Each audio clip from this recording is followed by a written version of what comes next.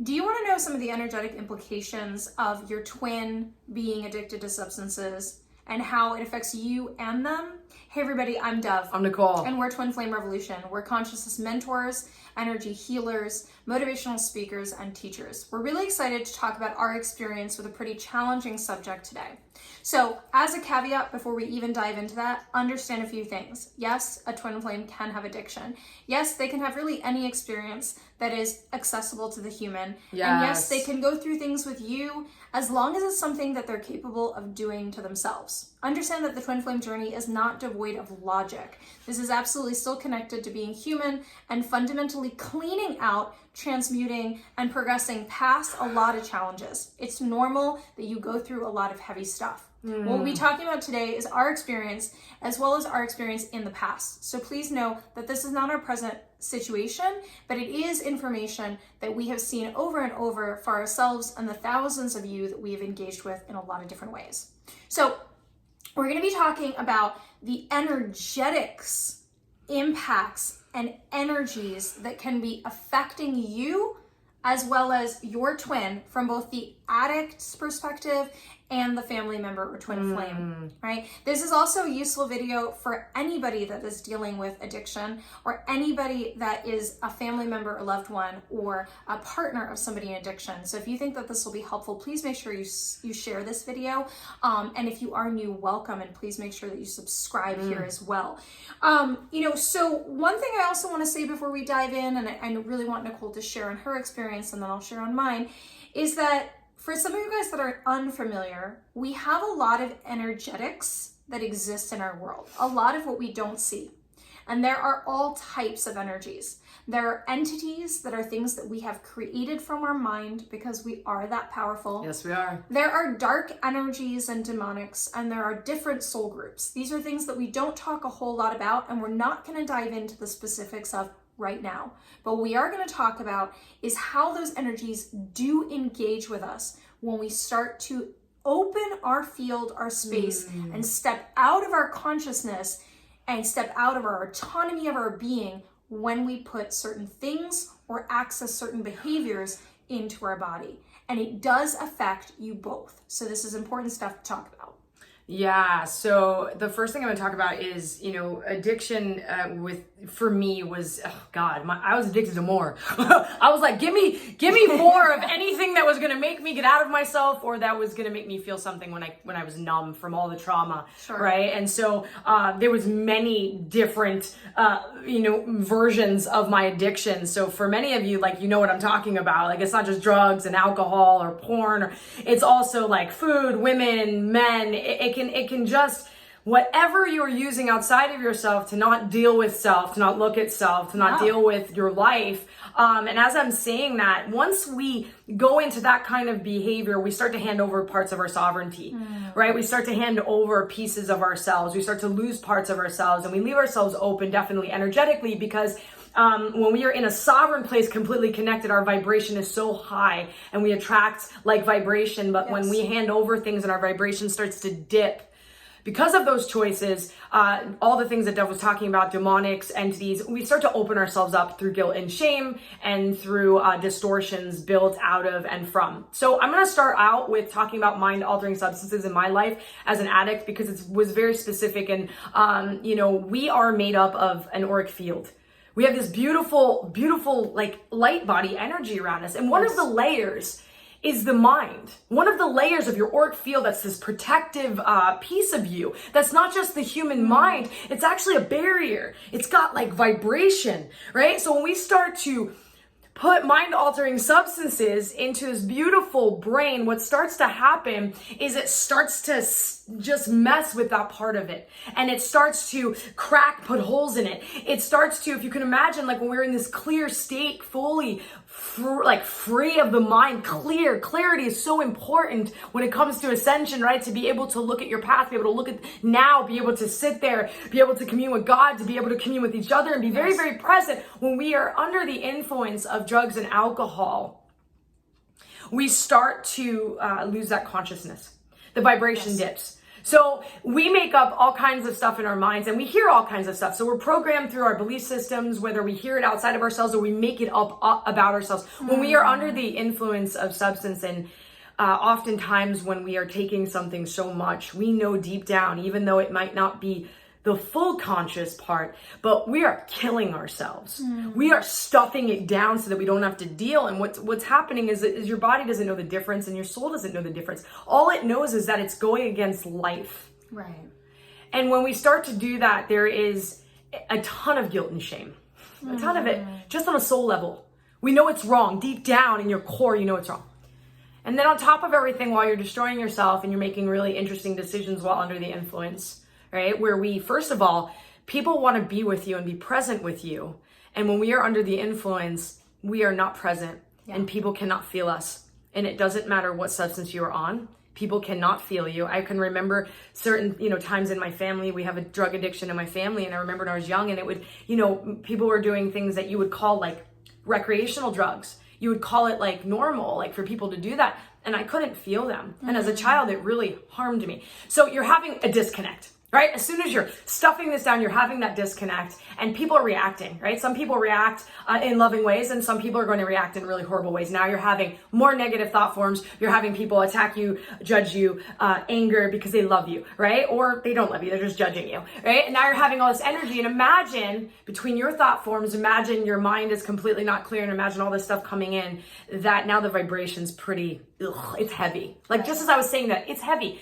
And now the vibration that you are transmitting and putting out there is now attracting with all kinds of stuff. I mean, there is a reason why, they call alcohol spirits. There are spirits around that shit, right? We leave our body. They used to use drops of alcohol to, remove entities. And so when you're drinking, all of a sudden, like your soul wants to step out of the body, and consciously it kind of does. And so energies are wanting to come in. And so we're having a lot of homies around you, and they're not homies.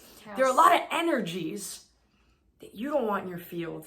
And when it comes to your twin flame, then they have to deal with those energies, right? Yeah, absolutely. And so one of the things too, I want to reiterate that Nicole was saying is vibration. So each substance has a different frequency, has a different vibration. It attracts in, pulls in different types of entities, different types of energies, and different thought forms and consciousness. It affects us in different ways, right? And so even if you guys are not having a substance abuse problem and you do put things in your body, even having this information does allow you to create a lot more protection. Say, for instance, that you're not ready to put all substances out of your life, which is a choice.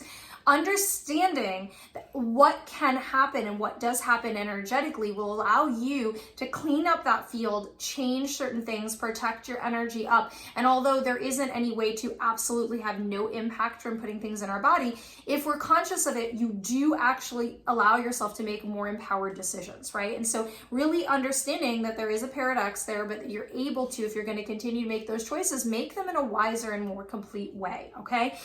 So as a twin, first and foremost, one thing that you guys can understand is that you're going to feel your twin. So a lot of my experience and thousands of people that have come to me with addicted twins, when your twin is using, you're going to feel that. You're also going to reap the energetic imprint of whatever they're bringing in. So you might have things in your home, entities attacking you, stories going on in your mind that are not yours. Having to clear your energetic field is going to be extremely important. Something else that's quite interesting is that it does affect the polarity with twins. Yes. So when your twin is actively using, a lot of times the energies that come into that twin's field, not a lot of time. They're always not a frequency of love, okay? So they're not entities that want to perpetuate love. They want to absorb energy, right? I don't need to necessarily use the words evil. They're energies that absorb, in different ways. And so the thing is that they're not perpetuating love. Your connection is active love, and it's activated love. So what can also happen? Your twin can be completely repelled from you, right? And I actually makes me laugh because over a decade ago, there was an incident where Nicole actually physically ran away from me on the street, right? And so there is things that happen where you are repelled from each other, but not for any other reason than the energies. So as the twin of someone in active addiction or use, you are going to make sure that your energetic field is taken care of. If you guys don't know what that means, routines, you can go to our store on our website. We have, an activation and clearing that you can use. You do not need to make this stuff up yourself, but you do need to take really, really good care of your field, okay? And so I was getting all sorts of thoughts, drained energies, attacks that would come in, misfortune, things that would fall apart. And I would really feel that and need to understand that. Here's the really big one though. I want to share this with you guys. This is not something that we share in videos. This is a heavy video. Your love, it's tantamount. It is bigger than anything that your twin is going through. It is bigger than any energy that's coming in. And so that is why that energy will resist you, but it is also why you are truly safe at the end of the day. So the more you can connect to love, the more you can connect to the love you have for your twin, the more you can connect to the love you have for yourself, it makes you magic in the face of this. And so yes, if your twin is actively using, you'll have to clean up your field and their field every single day in your home. But if you are staying in that really strong space of love and keeping your vibration really high, it works almost like a sonic light that pushes a lot of this away. So it's really quite important to do that. And dear twin flames, you are big, lighthouse, beautiful beings. And, I can remember when Dov and I first, were dating, maybe like years into us dating, her having to experience some things when I was drunk, when I was like in blackouts. I don't know if you want to share. I think you should share a little bit about that. I can share a little bit about that. So, understand that, as we said, each substance has a different impact, okay? And my experience is that alcohol actually brings the most aggressive spirits. There is other drugs that do as well. They bring a lot of violence and they bring a lot of demonic. But substances, as I said, they all have different sort of energy. And what I have seen in other people in work that we don't often talk about, moving these energies off of them, what I've seen in other people and I've seen in my partner is that the alcohol really brings some of the most rageful stuff. And, in that space, I didn't have tools many years ago. I didn't have anything. And there were moments where scary things would happen, energies would come through, and they were attacking and they were antagonizing.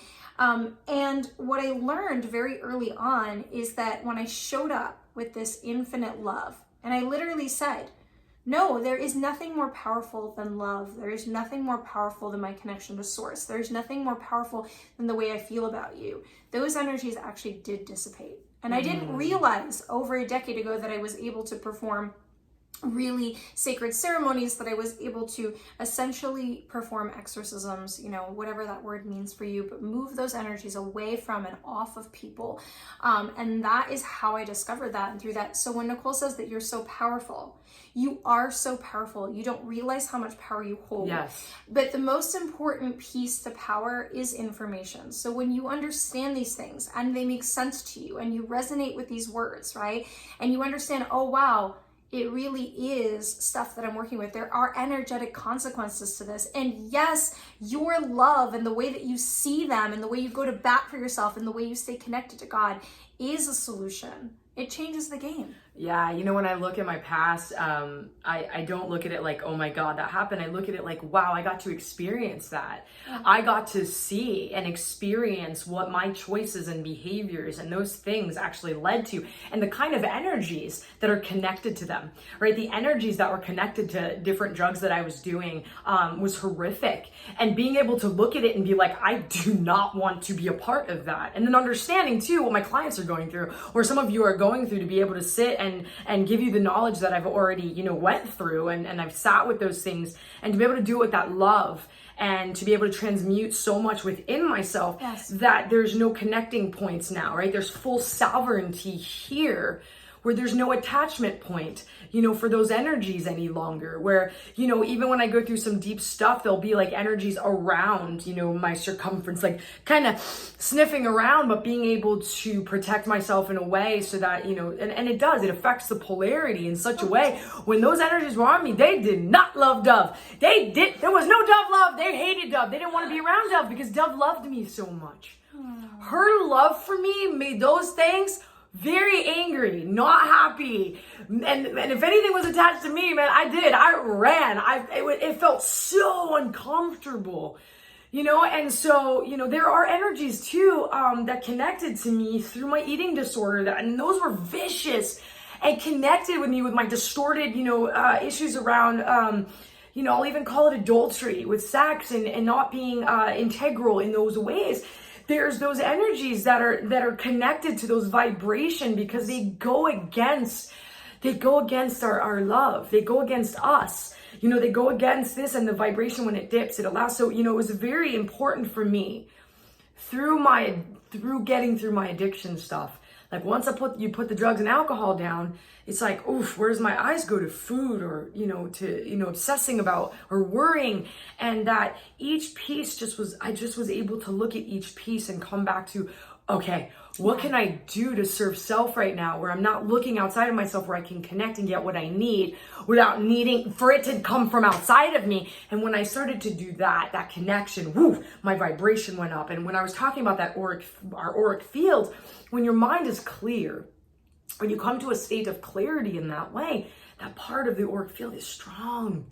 Whew, and the mind is everything. You're creating everything through your mind. So it's important that you have that clarity and that cleanliness, I want to say, that crispy, it's crispy now, where I'm able to just kind of sit with myself and see and witness and know and connect and see when other stuff comes up.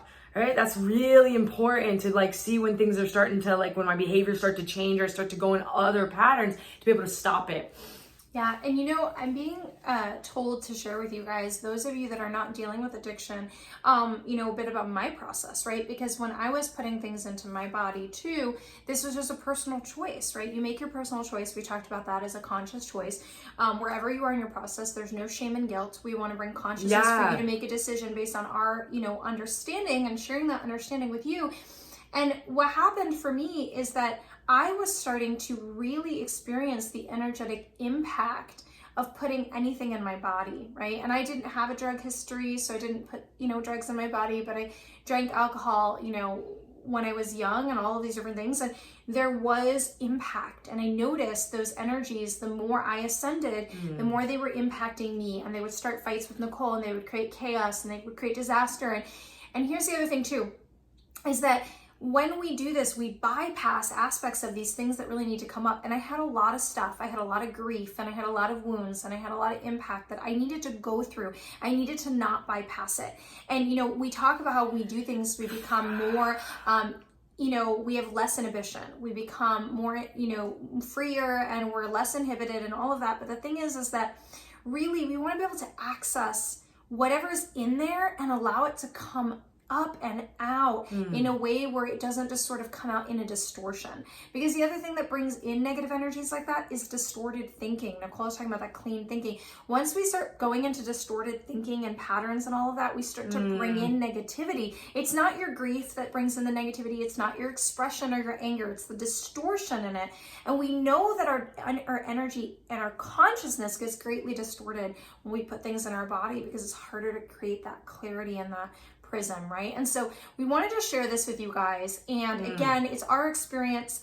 Take what serves you. Understand that wherever you are, it's judgment free. Yes. That your journey is your journey. That your journey through these things are bringing you to the next place and level. When you are ready or desiring to not engage with that, that will be the perfect time for you. No one is better than you. No one is further along than you. We love you guys infinitely. We love you so much. And we hope that this serves you to bring some precision to understanding certain situations. And in that understanding, you have choice and you have change. We love you guys. Bye. Bye.